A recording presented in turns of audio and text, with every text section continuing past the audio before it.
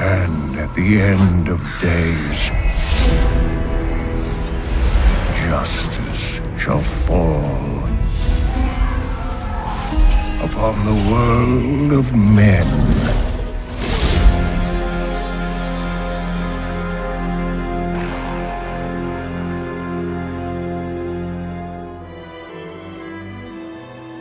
Since the dawn of time, a perpetual war called the Eternal Conflict has raged between the hosts of the high heavens and the legions of the burning hells. Amid this battle, a group of rebellious angels and demons sought refuge. And so, they created the mortal realm of Sanctuary, using a monolithic crystal known as the World Stone. Hidden from the eyes of the heavens and the hells, Sanctuary became an oasis of peace, but its serenity did not last. In time, evil crept into the world and began a relentless crusade to twist the souls of mankind to its dark will. Players were invited to take on the role of a lone hero and explore Tristram, a town under siege by Diablo, the Lord of Terror, and his hordes of foul demons. With the help of the wise Herodric scholar Deckard Cain and other memorable characters such as Wirt and Ogden, players ventured into the haunted tombs, catacombs, and caverns sprawling beneath the town, and faced nightmarish foes like the Butcher, the Skeleton King, and eventually the Lord of Terror himself. Diablo 2's 4-act story would lead players on a gripping campaign to track down the lone hero who had defeated Diablo in the first game. In the wake of his victory, this mortal champion had sought to imprison the Lord of Terror within himself. While his intentions were noble, the hero fell to the Lord of Terror's corruptive influence. Known afterward as the Dark Wanderer, he set out to find two of the Burning Hell's other demon lords, Baal, the Lord of Destruction, and Mephisto, the Lord of Hatred. Diablo 2's cinematics would tell the story from the viewpoint of Marius, a tragic character accompanying the Dark Wanderer. In-game, players would witness the aftermath of the Wanderer's deeds as they raced to thwart his quest. The adventure would also introduce players to characters both old and new, including the familiar scholar Deckard Cain and the noble Tyrael, the Archangel of Justice. Diablo 2's expansion set, Lord of Destruction, continued the harrowing story of Sanctuary's heroes. After defeating Mephisto and Diablo, players pursued Baal and his demonic forces to the legendary Mount Arreat. There, the Demon Lord was narrowly defeated, but not before he had corrupted the World Stone, the immense crystal that had been used to create Sanctuary itself. Seeing no other recourse, the great Archangel Tyrael hurled his enchanted rune blade into the crystal, igniting a catastrophic explosion. It has begun. In Diablo 3, Deckard Cain appears once again, along with a new character, Leah.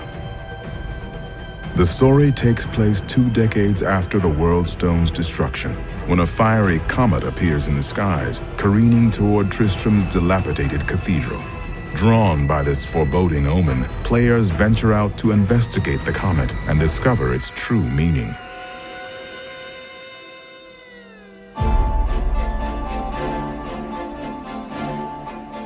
Over a decade ago, the journey into Sanctuary began. In 1995, a small development studio named Condor Games set out with the ambitious dream of creating a claymation turn-based single-player RPG. Its working title was Diablo. Condor pitched its radical idea to various publishers, until the company approached Blizzard Entertainment, a developer fresh off the success of its real-time strategy game, Warcraft 2. The promise of swords, sorcery, and slicing through waves of demons was enough to sell Blizzard on the idea. The two companies dug in and set to work on Diablo, but not without making a few changes to the game's state. Diablo's turn-based mechanic was replaced with real-time combat. In hindsight, this was a crucial decision. The game's relentless hack-and-slash feel would become one of the franchise's cornerstones. As work on Diablo moved forward, Blizzard was increasingly impressed with Condor's creativity and design savvy. Halfway through the game's development, Blizzard's parent company, Davidson & Associates, acquired Condor. The studio was later renamed Blizzard North.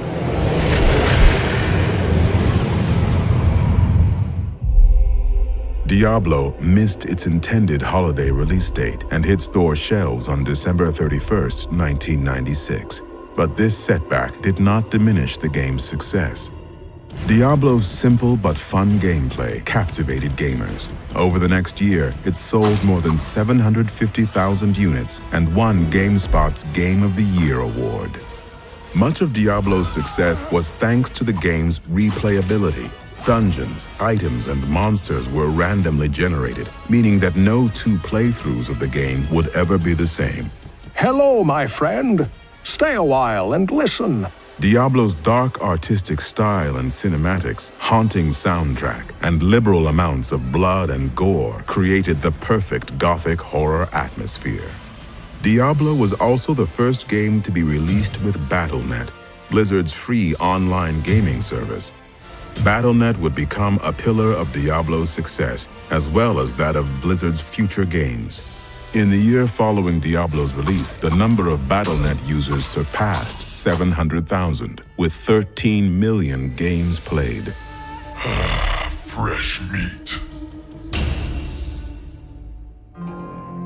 Already, gamers were anticipating a Diablo sequel. So too were Blizzard North's developers, but crafting a sequel would be a task exponentially more difficult.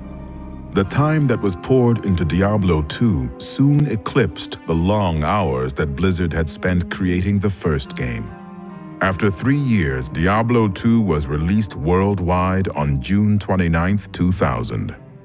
Diablo 2 introduced many new features to the franchise, such as branching skill trees, crafting, and even the legendary cow level. Yet it also stayed true to its roots as a fast-paced and accessible action RPG. Rather than being confined to one area of Sanctuary, players would be able to venture through vast deserts, dense jungles, and even the burning hells.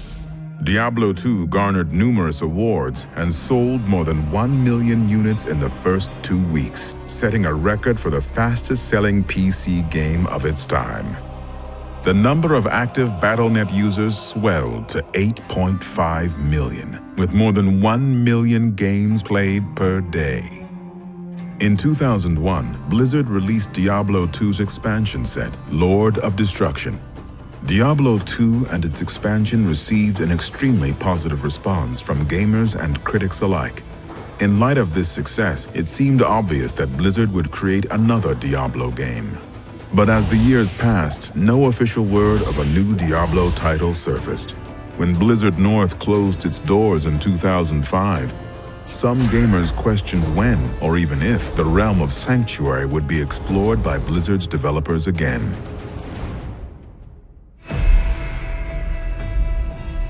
In truth, development on Diablo 3 had begun in 2000, although this early version of the game was altered drastically over time.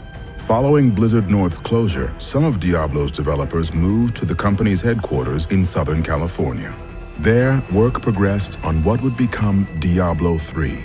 In 2006 and 2007, the Sin War trilogy by Richard A. Knack was released. These novels created a foundation for Diablo's future lore and also hinted that Blizzard had not abandoned Sanctuary.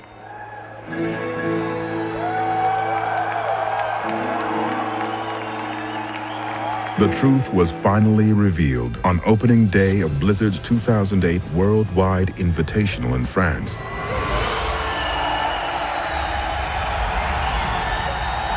Following this announcement, information about Diablo 3 flooded the internet, while playable demos were showcased to the public at conventions such as BlizzCon.